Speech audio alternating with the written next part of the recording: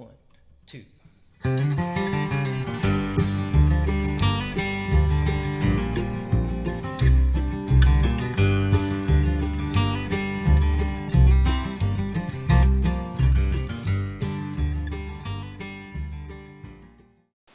So Dan, I understand that you've come up with an instructional course for acoustic guitar called Flatpicking Essentials. First of all, can you just tell us what is flatpicking? Sure. In the big, broad sense of things, there's really two ways to play the guitar. One is with a flat pick, a plectrum in your hand, and the other way is with your fingers, bare fingers, or with finger picks.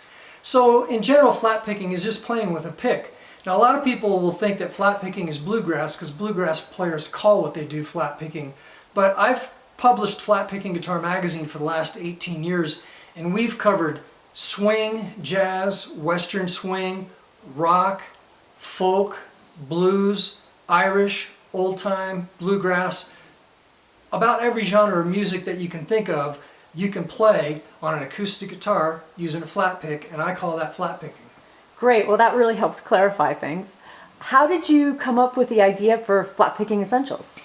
Well, over the years publishing Flatpicking Guitar Magazine, I'd get a lot of people emailing me or calling me or coming up to me at a festival and expressing frustration over just certain plateaus and certain barriers that they would run into, mostly because what they were doing to learn how to play the guitar was just memorizing songs. They would learn song after song after song out of a book or a video or some kind of a DVD.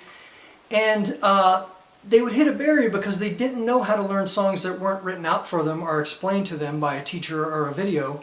They weren't able to create their own solos to songs that they already knew. They weren't able to improvise on songs that they were learning. So what I noticed they were missing was fundamental pieces of learning how to play the guitar that would get them over those barriers and over those hurdles.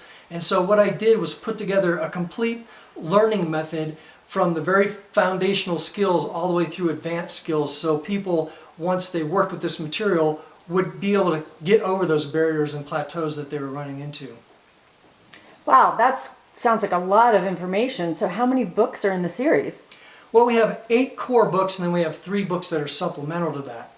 In the 8 core books, we have Volume 1, which is all about rhythm, doing good strums, bass runs, fill licks, all those kind of things that make you a great rhythm player, because I feel that rhythm and timing and groove are essential to anything you're going to do on the guitar.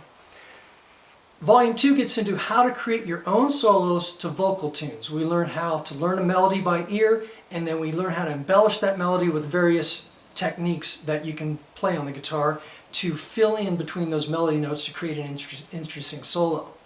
Volume 3 does that same approach and that same thing for instrumental numbers, and mainly we work with fiddle tunes in that book.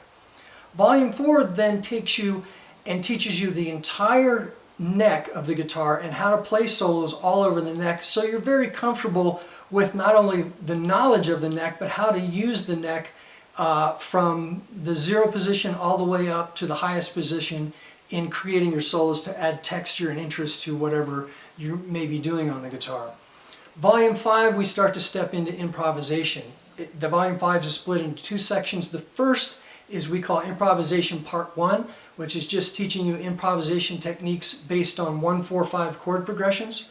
Then in the second part of that book, we call Style Studies. In that section, we study the styles of legendary acoustic guitar players. What did they contribute to this art? Then we get into Volume 6, which is the second part of improvisation, where we go outside the standard 1-4-5 chord progressions and teach you how to improvise over other progressions and using a little bit more advanced technique. The second half of Volume 6 is a direct study of advanced technique that a lot of your heroes are using and adding into their solos that make them sound really interesting and very cool. In Volume 7, we get into advanced rhythm and chord studies, and there we're starting to get into chord extensions, chord substitutions, chord inversions, swing and jazz chords to teach you how to really expand your chord knowledge. From there in Volume 8, we call that Introduction to Swing and Jazz. So in that, we teach you how to improvise over some of these swing and jazz chord progressions that are a little bit more tricky to do than your standard maybe folk song sort of progression. So that's the core of the series. Now supplemental to that, we have 3 books that are like your real fundamentals of whatever you're going to do in music. Okay, it's like if you're a basketball player, these 3 books would be stuff like your layups and your free throws, stuff that you're going to practice your whole musical life. In the first one of those, it's called Learning Music by Ear, and that really teaches you how to learn music by ear. Learn any song that you would want to learn and do it by ear. Any kind of improvisation, any kind of arrangement, any kind of solo. How do you do that? Taking what you hear in your head or what you hear other players playing and immediately find that on your instrument. The second supplemental volume we call Developing Speed, Accuracy, and Tone.